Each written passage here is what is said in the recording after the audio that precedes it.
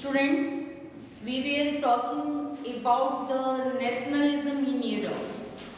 Through different topics, we will have to pass to know about the nationalism in Europe. Today, we will talk about the hunger, hardships, and popular revolt. जब राष्ट्रीयता की भावना धीरे धीरे Europe में पनप रही थी, तो क्या क्या कठिनाइयां हुई? ये question can be arise from you. What hardships had been faced by the people of Europe during 1830s? 1830 में क्या कठिनाइयां झेलनी पड़ी यूरोप के लोगों को और क्या विद्रोह हुआ? तो आप you can answer like this. What hardships were that the people of Europe had to face? क्या कठिनाइयां थी जिसको यूरोप के लोगों को झेलना पड़ा? In most country there were more seekers of job than employment. Europe के अधिकांश देशों में जॉब सीकर ज्यादा थे, एम्प्लॉयमेंट कम था. यानी नौकरी तलाशने वालों की संख्या ज्यादा थी रोजगार की अपेक्षा.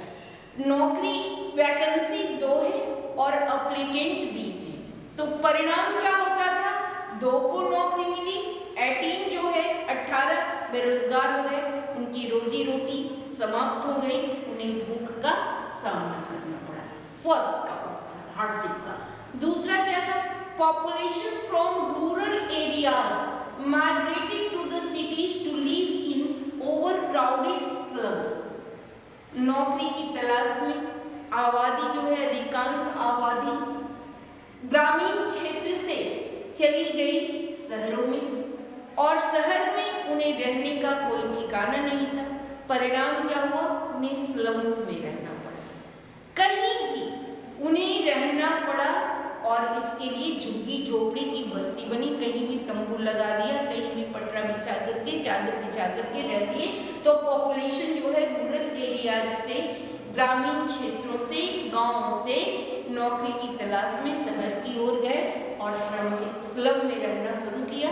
अब रहने की अच्छी व्यवस्था नहीं होगी, सैनिटेशन नहीं होगा, तो हार्डशिप्स होंगे ही होंगे. Third cause was the rise of food prices or a year of bad harvest led to widespread pauperism in town and country. The rise of food prices, खाद्यान्न की कीमतों में बढ़ोतरी हो गई. क्यों बढ़ोतरी हो गई? बैड हार्वेस्ट के कारण. प्राकृतिक आपदा आई, फसल अच्छे नहीं हुए, जिसकी वजह से खाद्यान्न की कीमत बढ़ गई.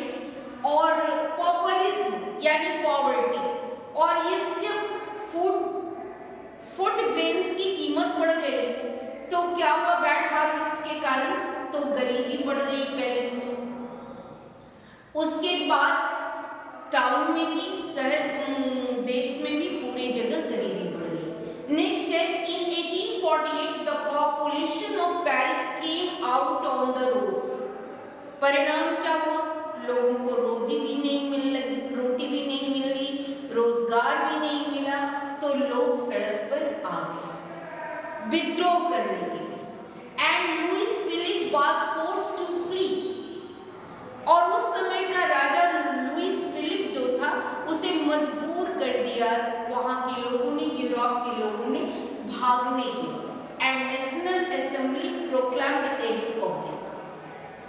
और नेशनल असेंबली जो कंजर्वेटिव ने लिबरल के टाइम में स्टैब्लिश हुआ था, स्टेट जनरल को हटा करके उसने अपने आप को रिपब्लिक घोषित कर दिया. These were the hardships during 18 and 30. You can answer like this. One more thing is that at that time, due to increasing population, demanded of people increased. उस समय क्या हुआ था? आबादी बढ़ गई थी, लोगों की मांग बढ़ गई थी. तो क्या होता था कि जो वस्तु हाथ से तैयार होते थे वो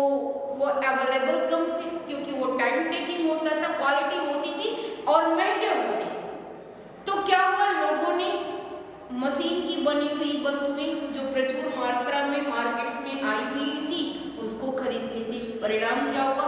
छोटे छोटे उद्योग वाले जो थे वो बेरोजगार हो गए। ये भी हार्डशिप्स, ये बढ़ती हुई आबादी के कारण था। उसके बाद क्या हुआ? फसल अच्छे नहीं है, रोजगार नहीं अच्छे हैं, फिर भी फेडरल ड्यूज देना पड़ता था, टैक्सेस देना पड़ता था और इसकी वजह से भी लोग परेशान थे। परिणाम क्या हुआ? लोग सड़क पे आ गए और उन्होंने लुईस फिलिप का विद्रोह किया, उन्हें मजबूर किया गद्दी छोड़ने के लिए और अपने आप को रिपब्लिक घोषित किया। तो यू कैन मेंशन 4 और 5 to 6 point through this topic. अब जो है आपको 1848 the revolution of the liberals, आपको हम उस टॉपिक पे लेके चलते हैं जब 1848 में लिबरल्स की, उदारवादियों की क्रांति हुई थी। The revolution of liberals was led by educated middle class who combined their demands for constitutionalism with national unification। 1848 की क्रांति जो है वो शुरू किया था शिक्षित मध्य वर्ग के लोगों ने, एजुकेटेड मिडिल क्लास के लोगों ने, क्योंकि वो मांग करते थे कि एक संविधान होना चाहिए देश में और हमारी शासन व्यवस्था, हमारा गवर्नमेंट पूरे राष्ट्र का एक होना चाहिए। तो एक संविधान चाहते थे, एक पार्लियामेंट चाहते थे जहां इलेक्टेड रिप्रेजेंटेटिव हो और उनके द्वारा बनाए गए कानून के द्वारा वो शासित हो। ये लिबरल चाहते थे। तो ये लिबरल ने इस तरह के शासन की स्थापना कैसे की? What were the process to establish constitutionalism in a country? क्या प्रक्रिया थी लिबरल लोगों की 1848 में? First of all, you will have to come across Frankfurt Parliament। तो उन्होंने क्या किया? सबसे पहले फ्रैंकफर्ट पार्लियामेंट की स्थापना की। On 18 May 1848, members of political associations elected 831 representative। क्या हुआ? लिबरल्स लोग जो थे डिफरेंट पॉलिटिकल एसोसिएशंस के, बहुत सारे राजनीतिक संगठन बन चुके थे, तो जो डिफरेंट पॉलिटिकल एसोसिएशन थे उससे 831 रिप्रेजेंटेटिव जो थे उन्होंने अपना जगह फ्रैंकफर्ट पार्लियामेंट में लिया। कैसे लिया? Convent in the church। Convent it means to get together। Convent means to get together। एकत्रित हुए, इकट्ठा हुए, सारे 831 मेंबर जितने भी थे फ्रैंकफर्ट पार्लियामेंट के, वो सब एकत्रित हुए। कहाँ? कन्वेंट कहाँ हुए? In the church of Saint Paul at, और सेंट पॉल की चर्च में जमा हुए and drafted constitution for the German nation. और जमा होने के बाद 831 पर्सन ने शपथ लिया, एक प्रारूप तैयार किया संविधान का कि अगर देश में कॉन्स्टिट्यूशनल मोनार्की हो गई तो शासन व्यवस्था क्या होगी, किसको क्या अधिकार मिलेगा और किसको किस अधिकार से वंचित किया जाएगा। ये सब हुआ फ्रैंकफर्ट पार्लियामेंट में, जो कहाँ था?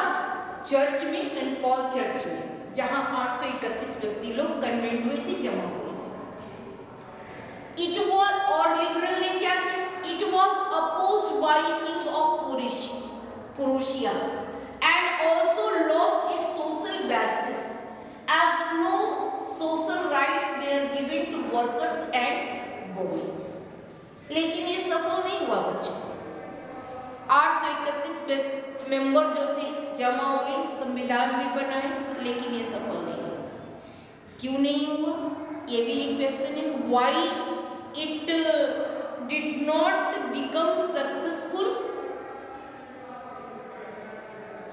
You must know that. Just